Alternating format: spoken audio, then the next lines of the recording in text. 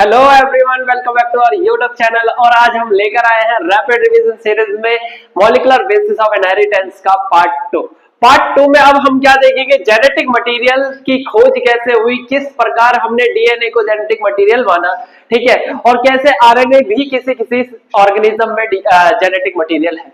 तो searching for genetic material था, उसमें फर्स्ट एक्सपेरिमेंट किया गया था ग्रिफिथ ट्रांसफॉर्मिंग एक्सपेरिमेंट। ग्रिफिथ ने ट्रांसफॉर्मिंग एक्सपेरिमेंट करा 1928 में करा, स्ट्रेप्टोकोकस निमोनी बैक्टीरिया पर किया और इसके दो स्ट्रेन लिए। कौन से स्ट्रेन थे बैक्टीरिया के? एक एस टाइप था, एक आर टाइप था। एस टाइप जो था वो वायरुलेंट टाइप था, ठीक है, smooth shiny colonies with capsule था, और आर टाइप जो था रफ कॉलोनीज विदाउट कैप्सूल था, ठीक है। तो एक्सपेरिमेंट क्या था, देखो, इन्होंने एस टाइप को माइस के अंदर इंजेक्ट करा, ठीक है, चूहे के अंदर इन्होंने क्या करा, एस टाइप को इंजेक्ट करके देखा तो जो माइस था, वो चूहा था, वो मर गया। देन आर टाइप को इंजेक्ट करा तो वो माइस नहीं मरा, जिंदा रहा। देन एस टाइप को इन्होंने हीट किल्ड करा, एस टाइप बैक्टीरिया की सेल ली, उसको इन्होंने हाई टेम्परेचर पे बॉईल किया, देन उसको इंजेक्ट करा तो वो माइस नहीं मरा, ठीक है। देन एस टाइप को हीट किल्ड करा हुआ था, प्लस में आर टाइप जो लाइव था, उन दोनों को मिक्स करा, देन इंजेक्ट करा तो देखा माइस फिर से क्या हो गया, मर गया। माइस की सेल में अब क्या पाया गया,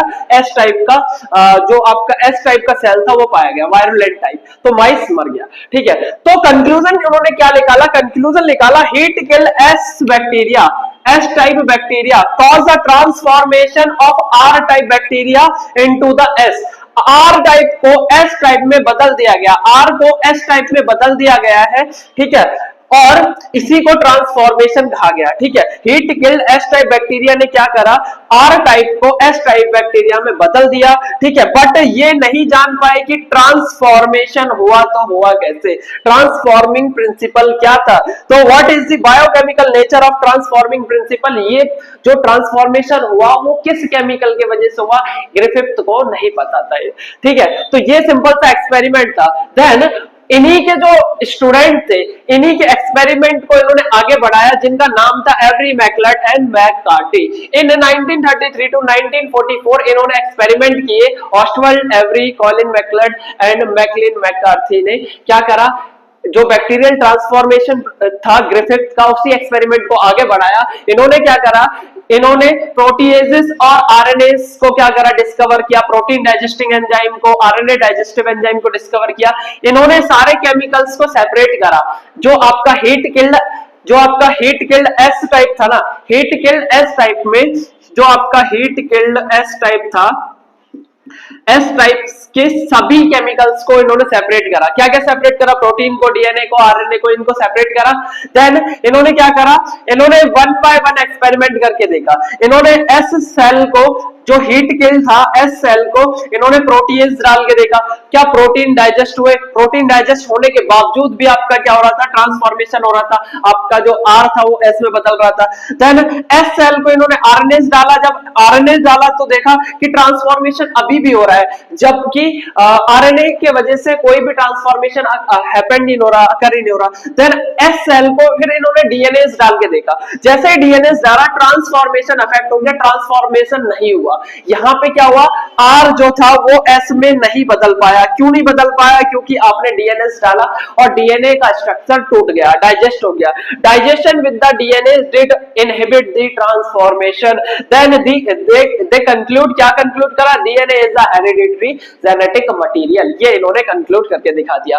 अब हर साइंटिस्ट इसको नहीं मान रहा था, इनके कंक्लूजन को नहीं मान रहा था कि नहीं ये इनकी थ्योरी गलत हो सकती है, ये है वो है, पर हमारे डीएनए को जेनेटिक मटेरियल मानने के लिए एक प्रूफ दिया गया। किन्होंने दिया, हर्सी चेज, ठीक है, हर्सी एंड चेज ने 1952 में बैक्टीरियोफेज एक्सपेरिमेंट करके दिखाया और बताया कि DNA is a genetic material. तो हम अब स्टार्ट करेंगे हर्सी एंड चेज का एक्सपेरिमेंट।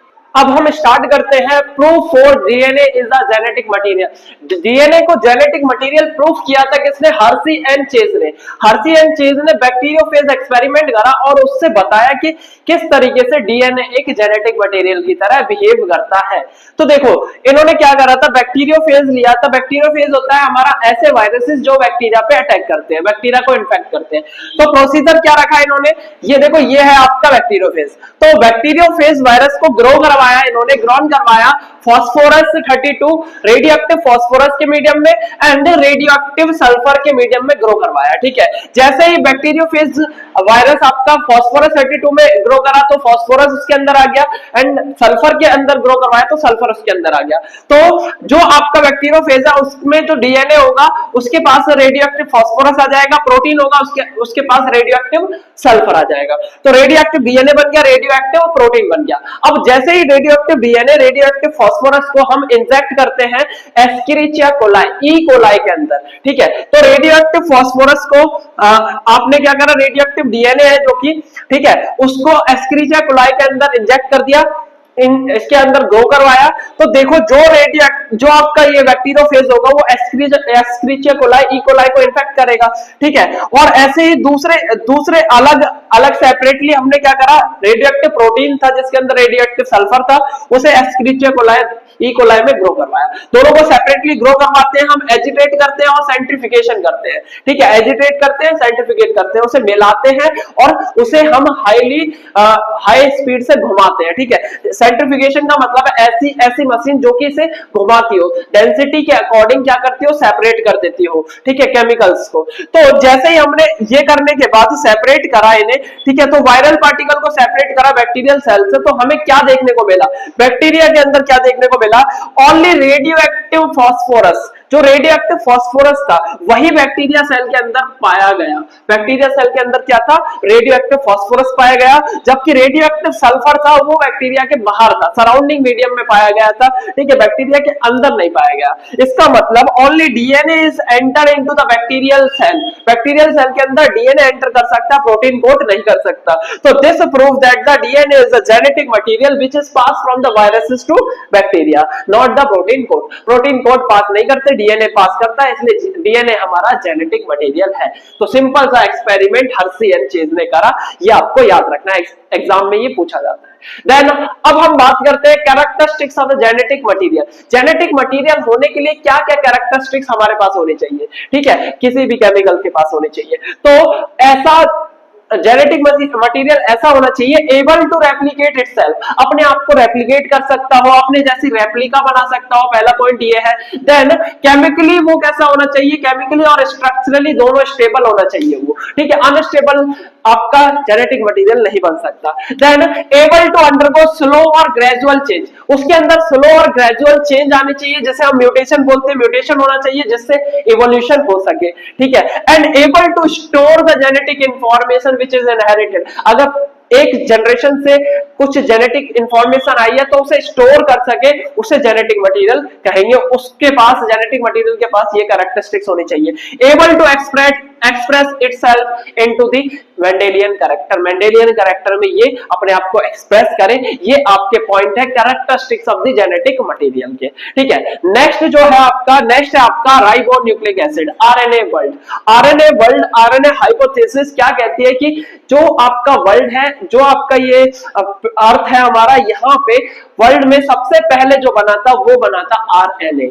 आरएनए ही आपका सबसे पहले बना था। Ribonucleic acid is first genetic material that is synthesized, that is originate या फॉर्म हुआ था। ठीक है, तो आरएनए से ही फिर प्रोटीन बना, आरएनए के मॉडिफिकेशन से ही फिर आपका क्या बना, डीएनए बना। सॉरी, प्रोटीन नहीं, डीएनए।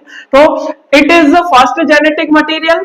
ठीक है, आरएनए ही फर्स्ट जेनेटिक मटेरियल है। It behave like the catalyst also, RNA genetic material भी है, ये कैटलिस्ट की तरह भी बिहेव करता है। एक कैटलिस्ट है, RNA as a catalyst behave करता है, उसे राइबोजाइम बोलते हैं। राइबोजाइम आपने पढ़ा होगा राइबोजाइम के बारे में। ठीक है, देन आरएनए जो है वो made up of pentose ribose sugar होगा उसके अंदर और फॉस्फेट होगा। ठीक है, डीऑक्सी राइबोस होता है आपका डीएनए के अंदर, लेकिन आरएनए के अंदर राइबोस शुगर होगा। ठीक है, जो आपका 2 प्राइम पे OH ग्रुप है राइबोस का, वो आरएनए को लेवाइल और और अनस्टेबल बनाता है, ठीक है, लेबाइल और अनस्टेबल बनाता है, इसका स्ट्रक्चर डिग्रेड कर सकता है। और नाइट्रोजनस बेस कौन से पाए जाएंगे आरएनए के अंदर? Adenine, guanine, cytosine and uracil पाया जाएगा। थाइमिन इसके अंदर नहीं होता, याद रखना, thymine not present in the RNA. Then ribose sugar और बेस मिलके जो नाइट्रोजनस बेस है वो राइबोन्यूक्लियोसाइड बनाएंगे। देन राइबोन्यूक्लियोसाइड में फॉस्फेट मिलेगा तो राइबोन्यूक्लियोटाइड बन जाएगा। जैसे डीऑक्सीराइबोन्यूक्लियोटाइड बनता है वैसे ही इसका राइबोन्यूक्लियोसाइड बन जाएगा। फिर आपको याद रखना है एक इंपॉर्टेंट क्वेश्चन जिसका नाम है DNA, difference between DNA and RNA. RNA और डीएनए में क्या डिफरेंस है, बहुत इंपॉर्टेंट है ये क्वेश्चन, आपके एग्जाम में पूछा जाएगा, एग्जाम रिलेटेड है ये, ठीक है।